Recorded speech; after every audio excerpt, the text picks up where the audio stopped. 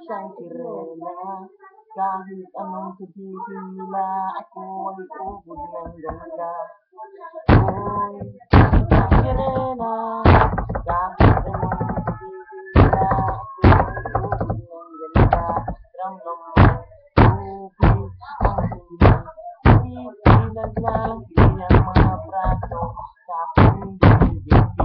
Ramdam mo'y tubig ang sinisipsip sa patagalan ng pagsinag sa akin kayo ay bibilib.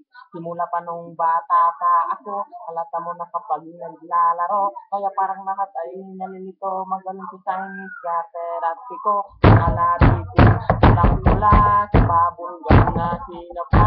Palakad-lakad sa harapan ng dalawang sinasabi ko sa akin nila yung panaman nila. Kapag ko ng ewa, mga ikaw na gumigewang, naman sa tulog na binili kay Alibeba. Pumatak pa ng mga pala sa mukha na galing sa aking ama na tila di natutuwa sa tinga ko na sinilaya. Lagi na lang tayo sa paglipat ng anak, hindi ko na mamalaya na ibig sa lumigas at tinalalo lumabot ang puso ko mapagmahal parang silipat ang tulog.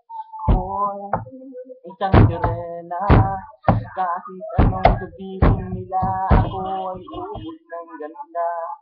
Ako'y isang sirena, kahit anong gawin nila, basta ako'y di tutumba. Ramdam may tubig ang sinisipsip sa patagalan ng pagsinasakit kayo ay di believe.